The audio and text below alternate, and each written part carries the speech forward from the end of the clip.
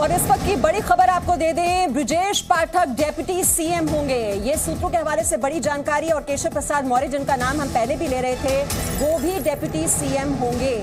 तो अब एक नाम यहां पर बदल गया है और एक नाम को रिपीट किया जा रहा है। केशव प्रसाद मौर्य डिप्टी सीएम होंगे और ब्रजेश पाठक का नाम लिया जा रहा है, जिन्हें इस बार उप मुख्यमंत्री की जिम्मेदारी दी जाएगी। क्योंकि जैसा बता रहे थे हमारे संवाददाता कि दिनेश शर्मा मुख्यमंत्री आवास पर नहीं पहुंचे हैं और इस बार उनका नाम काटा जा सकता है। और वही बात अब होते हुए दिखाई दे रही है, ब्रजेश पाठक को यह जिम्मेदारी दी जा सकती है उप मुख्यमंत्री के तौर पर। तो एक नाम बदल दिया गया है, लेकिन केशव प्रसाद मौर्य जो सिराथू सीट से इस बार हार गए थे, एक बार फिर से उन्हें ये अहम जिम्मेदारी दी जा रही है।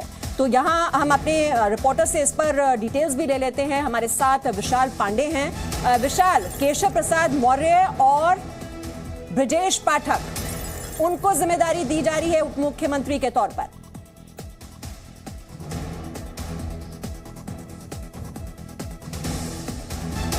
अगर मेरी आवाज रविंद्र आप तक पहुंच पा रही है, ये योगी मंत्रिमंडल पर इस वक्त बहुत बड़ी खबर है। उप मुख्यमंत्री के तौर पर नाम आ रहा है केशव प्रसाद मौर्य और ब्रजेश पाठक का। बिल्कुल मीमांसा, जैसा कि विशाल पांडे ने ये खबर जो दी है केशव प्रसाद मौर्य और ब्रजेश पाठक के बारे में कि डिप्टी सीएम बनेंगे, तो केशव मौर्य जो योगी आदित्यनाथ से मुलाकात किए तो उनको जाहिर सी बात है, जब 5 साल वो डिप्टी सीएम थे तो उनको कैबिनेट मंत्री का दर्जा जाहिर सी बात है वो नहीं दिया जा सकता। तो इसलिए उनको बरकरार रखना मजबूरी भी थी और ज़रूरी भी था, भले ही वो हार गए हो सिराथू सीट से। एक ओबीसी चेहरा भी है और जिस तरह से पुष्कर धामी को वहाँ पर रिटेन किया गया है सीएम के तौर पर, तो इसलिए केशव मौर्य के बारे में कह सकते हैं कि हारने के बावजूद उनको डिप्टी सीएम का पद मिला।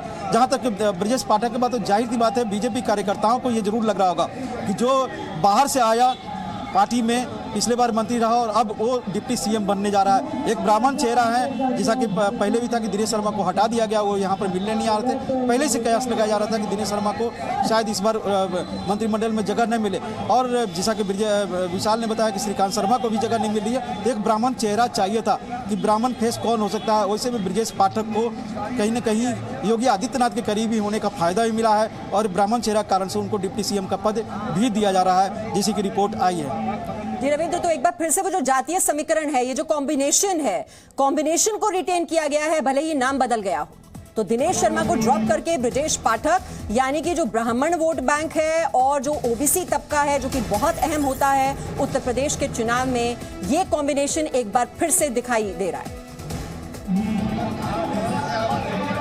बिल्कुल बिल्कुल, देखिए बीजेपी का जो आप जब से इसका गठन हुआ था 1980 या उसकी जनसंघ पहले का, तो 4 कास्ट का, अपर कास्ट की पार्टी कहा जा सकता था, उसमें कहा जाता भी था। लेकिन इसका बेस बैक जो बढ़ा है उसमें ओबीसी बहुत बड़ा चंक में पूरे देश में आया है, खासकर उत्तर प्रदेश की बात करें तो।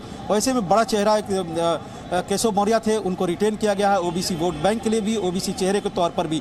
जहाँ तक ब्राह्मण की बात है तो कहीं ना कहीं अगर ठाकुर आप बनाते हैं सीएम तो एक ब्राह्मणों को नाराजगी ना हो, जैसा कि पिछले दिनों इस तरह की बातें प्रचलित भी हुई थी और प्रचार भी उसका हुआ था कि ब्राह्मण नाराज है, तो ब्राह्मण चेहरा एक बनाना था। अब ब्रजेश पाठक बनते हैं तो ये बीजेपी कार्यकर्ताओं को कितना हजम होगा और या ब्रजेश पाठक कितना ब्राह्मणों के नेता बन सकते हैं, ये आगे आने वाले समय में सवालों के घेरे में जरूर रहेंगे ब्रजेश पाठक, अगर वो डिप्टी सीएम बनते हैं ब्राह्मण कोटे से। रविंद्र आप रहिए हमारे साथ विशाल भी इस वक्त जुड़ गए हैं। विशाल, उप मुख्यमंत्री के तौर पर केशव प्रसाद मौर्य और ब्रजेश पाठक के पक्ष में क्या फैक्टर्स रहे? देखिए मीमांसा, केशव प्रसाद मौर्य और ब्रजेश पाठक यूपी के नए उप मुख्यमंत्री होंगे, ये खबर हमें सूत्रों के हवाले से मिल रही है कि केशव प्रसाद मौर्य तो ओबीसी चेहरा है, पिछली सरकार में भी डिप्टी सीएम थे, लेकिन ब्रजेश पाठक अब योगी की दूसरी कार्यकाल में उप मुख्यमंत्री बनने जा रहे हैं। दरअसल ब्रजेश पाठक एक ब्राह्मण चेहरे के तौर पर हैं। 2017 के चुनाव से पहले बीएसपी छोड़कर बीजेपी में शामिल हुए थे, उन्नाव से लोकसभा के सांसद रह चुके हैं और इस 5 साल के कार्यकाल में ब्रजेश पाठक ने पूरे उत्तर प्रदेश का दौरा किया और खास तौर पर जो ब्राह्मण लीडरशिप अलग अलग जिलों की, चाहे वो बीजेपी के कार्यकर्ताओं की थी या फिर तमाम। विशाल एक और बड़ी खबर, सिद्धार्थनाथ सिंह मंत्री नहीं बनेंगे, ये जानकारी भी मिल रही है। जो बात हम पहले कह रहे थे, सिद्धार्थनाथ सिंह जो कि पहले कार्यकाल में ऊर्जा मंत्री रहे, अब वो मंत्री नहीं बनेंगे, ये बात अब लगभग कंफर्म बताई जा रही है। महेंद्र सिंह मंत्री नहीं बनेंगे, तो वो 3 नाम हम ले रहे थे जिन्हें मंत्री इस बार नहीं बनाया जा सकता, उसमें सिद्धार्थनाथ सिंह मंत्री नहीं बनने वाले हैं इस बार, और महेंद्र सिंह जो कि पूर्व सिंचाई मंत्री रह चुके हैं पहले कार्यकाल में, वो भी मंत्री नहीं बनेंगे। विशाल। देखिए मीमांसा, अगर हम देखें तो श्रीकांत शर्मा पर सस्पेंस लगातार बरकरार है। शायद वो इस बार मंत्री ना बने। सिद्धार्थनाथ सिंह योगी आदित्यनाथ के घर पर बैठक में नहीं देखे गए।